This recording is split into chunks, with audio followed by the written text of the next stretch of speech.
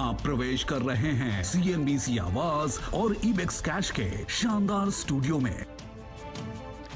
CNBC आवाज Ebix cash studio में आपका स्वागत है। मैं हूं मनीषा और सबसे पहले इस वक्त की बड़ी खबर पर नजर डालेंगे, जहां पर WTO के पैनल ने भारत सरकार को चीनी सब्सिडी के नियमों के खिलाफ बताया है। भारत का यह कहना है कि सरकार देश के हितों की रक्षा के लिए फैसले लेती है। साथ ही यहां पर हमने देखा है, अगर आप सब एक्सपोर्ट सब्सिडी को यहां पर देखें, वो सरकार ने इस साल के लिए फिलहाल मुहैया नहीं करवाई है। और जैसे ही WTO पैनल की तरफ से वो एक इंपॉर्टेंट नोटिफिकेशन आया था, हमने PIB के द्वारा कॉमर्स मिनिस्ट्री के थ्रू वो एक रिप्लाई भी देखा है। माना यह जा रहा है कि यहां पर एक अपील यहां पर भारत कर सकता है, क्योंकि पैनल की फिलहाल ये रिकमेंडेशंस हैं, ये अभी ये रिजल्ट नहीं है, तो भारत के पास अभी समय है यहां पर अपील करने का। तो उस खबर पर तो हमारी नजर रहेगी ही। इसके अलावा सोने और चांदी की कीमतों में लगातार गिरावट है। इन पर आज अपने खास मेहमानों कोटक सिक्योरिटीज के सुनील खटके और केडिया कमोडिटीज के अजय केडिया से बात करेंगे। साथ ही इंडिया शुगर मिल्स एसोसिएशन के अविनाश वर्मा हमारे साथ जुड़ेंगे WTO पैनल की जो चीनी सब्सिडी पर रिपोर्ट है उसको लेकर। सबसे important of course Sunil ji से पहले यहां पर बात करेंगे। सुनील, आपको क्या लगता है, जिस तरह से चीनी की यहां पर खबरें आई हैं, ऑफ कोर्स फ्यूचर्स में यहां पर चीनी ट्रेड नहीं होती है, लेकिन एक MSP यहां पर है, एक्सपोर्ट सब्सिडी दी जाती है, इसके अलावा FRP है, SAP है, काफी सारी जो सहूलियतें हैं यहां पर जो सरकार की तरफ से दी हुई हैं। WTO का मानना है एक तो वो 10% से ज्यादा फैक्टर इन करती हैं, और दूसरा जो भारत की एक्सपोर्ट सब्सिडी है उसकी वजह से चीनी के जो अंतर्राष्ट्रीय दाम है वो अपने फेयर प्राइस के 25% कम है। जी Manisha, I think over a period of time जो इन्फ्लेशन है, फूड इन्फ्लेशन की अगर हम बात करते हैं तो वो कहीं ना कहीं ग्लोबल लेवल पे कंसर्न है, और उसको अगर ध्यान में रखें तो कंज्यूमर को अगर हमको बेनिफिट पास ऑन करना है तो गवर्नमेंट्स अपने तरीके से वो अपने डिसीजंस लेती हैं, जहां पे over a period of time end of the day consumer को बेनिफिट होना चाहिए, और एट द सेम टाइम जो प्रोड्यूसर्स हैं उनको भी उनका जो बेस्ट प्राइस है वो मिलना चाहिए। ये बैलेंस आउट करके सब्सिडी जो है गवर्नमेंट जो है डिसाइड करती है। तो टू एन एक्सटेंट एक फेयर ट्रेड के मुताबिक ये डिसीजन मैं मानता हूं कि ये ठीक है। Prices over a period of time बढ़े हैं सारे ज्यादातर एग्री कमोडिटीज की, और चीनी अगेन एसेंशियल कमोडिटीज में माना जाता है, हालांकि फ्यूचर्स में ट्रेड नहीं होता है, बट कंजम्पशन ग्लोबल लेवल पे अच्छा खासा है।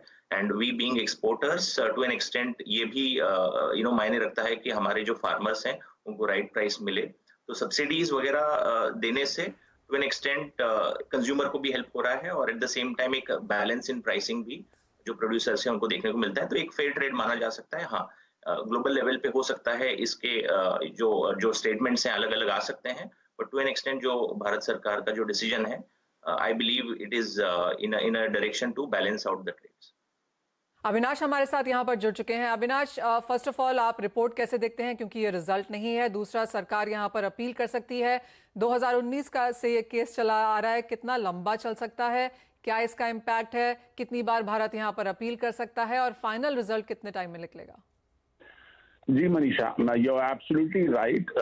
Already ministry of commerce government of India ने कल एक प्रेस रिलीज दिया है, and they have clearly said that they do not accept the WTO panel judgement, the order, because WTO panel ने जो भारत सरकार की जितनी सबमिशंस थी, जो फैक्ट्स थी, डेटा थी, सबको उन्होंने कंसिडर नहीं किया है, एंड देयरफॉर ये जो आदेश उन्होंने निकाला है उसके अगेंस्ट भारत सरकार ने बोला है वो अपील करेंगे एपलेट अथॉरिटी को।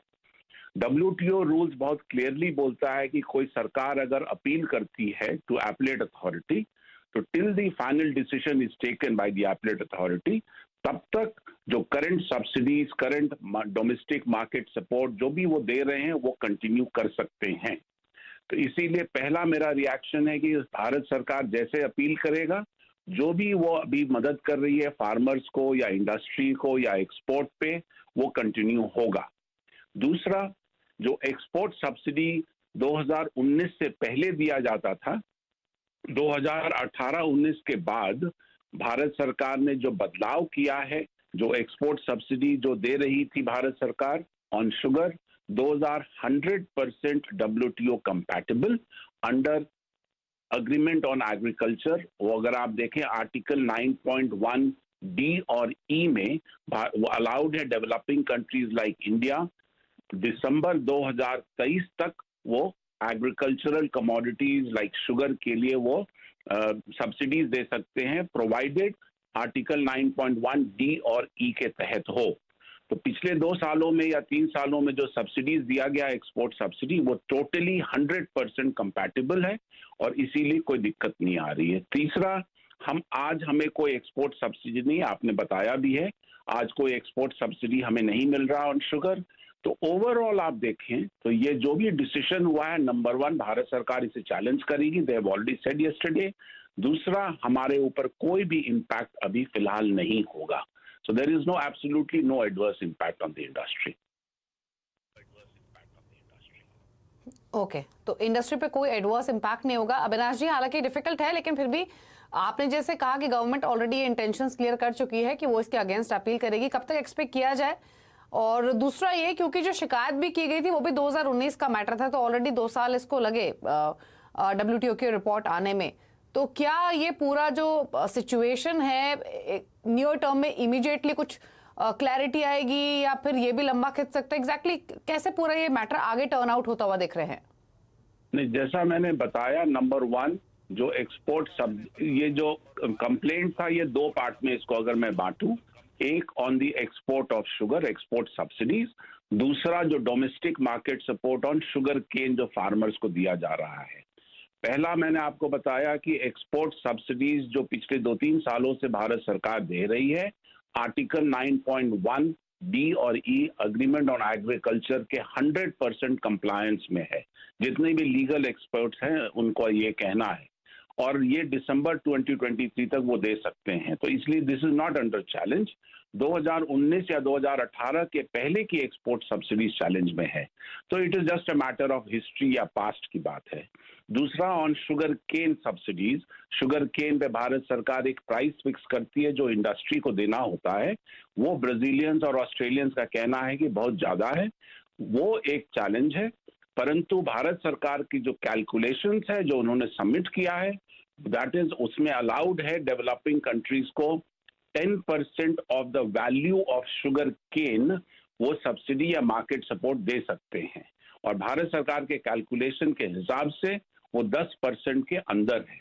इसीलिए हमें एक्सपेक्टेशन है, और भारत सरकार का भी एक्सपेक्टेशन है, कि एपलेट अथॉरिटी में ये जो ऑर्डर अभी पास किया WTO पैनल, वो शायद रिवर्स हो या चेंज हो। तो इसीलिए हमारा ये मानना है कि फिलहाल कोई चेंजेस नहीं होगा। द मोमेंट WTO के एपलेट अथॉरिटी में भारत सरकार जब अपील करेगी, तो भारत सरकार को पूरा पावर है, लिबर्टी है, they can continue with the current system. So अभी कोई इस पे असर नहीं होने जा रहा है। ठीक है, तो कोई इंडस्ट्री पर एडवर्स इम्पैक्ट नहीं होगा। हालांकि NCDX पर हमने इस खबर का थोड़ा एक सेंटिमेंटल इम्पैक्ट शुगर प्राइसेस पे जरूर देखा है। चलिए, इसी के साथ एक ब्रेक के लिए भी रुक रहे हैं, बाकी एक्सपर्ट्स हमारे साथ मौजूद हैं। लौटेंगे तो कुछ और कमोडिटीज पर करेंगे चर्चा। आप देखते रहिए कमोडिटी राउंडअप।